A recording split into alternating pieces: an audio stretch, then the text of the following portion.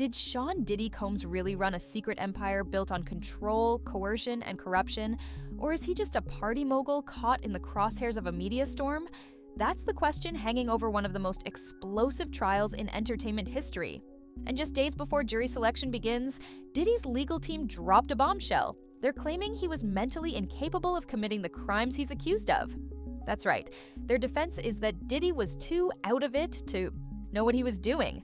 But this is just the beginning of a jaw-dropping legal drama that's set to drag the darkest corners of fame into the courtroom spotlight. According to court filings, Diddy's lawyers have brought in a professor from Columbia University to testify that the music mogul suffered from cognitive issues due to substance use. They say he wasn't in his right mind. He couldn't possibly form criminal intent if his mind was fogged by pills, drinks, and who knows what else. Sounds wild? Prosecutors think so too. In fact, they're calling it a distraction, a legal trick. They're pushing to block the testimony altogether, claiming this so-called expert never even examined Diddy directly. It's a Hail Mary move, like trying to dodge the truth with a science fiction storyline, but it might just work. And that terrifies the people demanding justice. But it gets even darker. Court documents reveal that prosecutors aren't just focused on the parties, the alleged assaults, or the drugs. They're accusing Diddy of something far more disturbing, forcing alleged victims to undergo medical procedures. Not elective ones, not routine ones. Allegedly, these were surgeries meant to control, manipulate, and break the will of those around him. In one statement, a federal prosecutor said these procedures go directly to the degree of control Diddy had over someone's consent. This isn't just about power, it's about domination. And the feds say it fits a chilling pattern of behavior they're ready to prove in court. And then there's the video. Yes, that video. The one involving Cassie. For months, rumors swirled about graphic footage showing the dark side of Diddy's world. Now, it's officially part of the case. A key witness, allegedly the person who filmed it, has agreed to testify. The defense tried to challenge the footage's validity, hiring a forensic video expert to cast doubt on what the jury might see. But prosecutors are fighting back, calling the expert's role irrelevant. They say the video speaks for itself. If it shows what they claim, it could be the nail in the coffin. But hold on. This case goes way back. In fact, prosecutors dug up a 911 call from 2001 that could shift everything. In that call, Diddy is accused of breaking into a woman's home. Not just a visit, a full-on break-in. And this isn't just about one moment. They say it shows a long-term pattern. From New York to LA, from the early 2000s to today, they claim Diddy's behavior wasn't random. It was calculated, planned. A slow-burning campaign of fear and control that spanned decades. And this trial might finally blow it all open. So, what's Diddy's counter to all of this? His team's playing the swinger card. No joke. They're arguing that what people are calling crimes were actually just lifestyle choices. They say the parties were consensual, the substances were shared, and the sex, all mutual. In other words, Diddy wasn't a predator, he was just into freaky stuff. But prosecutors say this is just a smokescreen. They argue the swinger label is being used to hide abuse.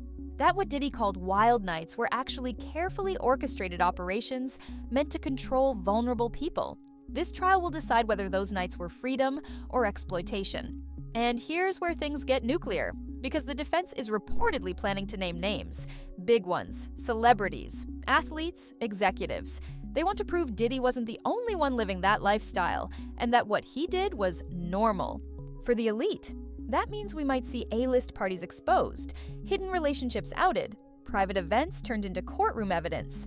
If this happens, it could blow the lid off Hollywood's most closely guarded secrets. And insiders are terrified, because once those names are out, there's no putting the genie back in the bottle. Diddy had a chance to walk away. Court insiders confirm that federal prosecutors offered him a plea deal, a way out. But he said no, flat out. He's going all in. Some say it shows confidence, others say it's ego, maybe even desperation. But either way, it raises the stakes. If he loses, he could spend the rest of his life in prison. If he wins, he walks away untouched, maybe even vindicated. That's how high the stakes are.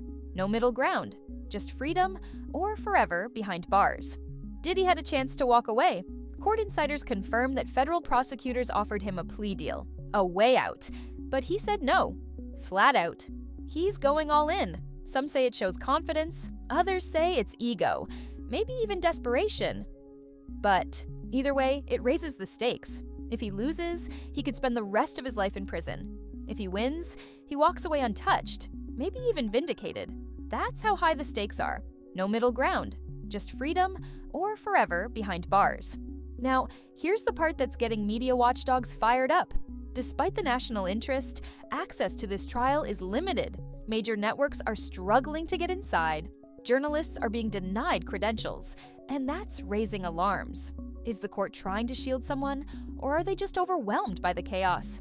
Either way, critics say transparency is key, especially when the accused is one of the most powerful men in entertainment. With media blackout threats and tight courtroom control, it's clear this isn't just a trial, it's a battleground for truth, image, and legacy.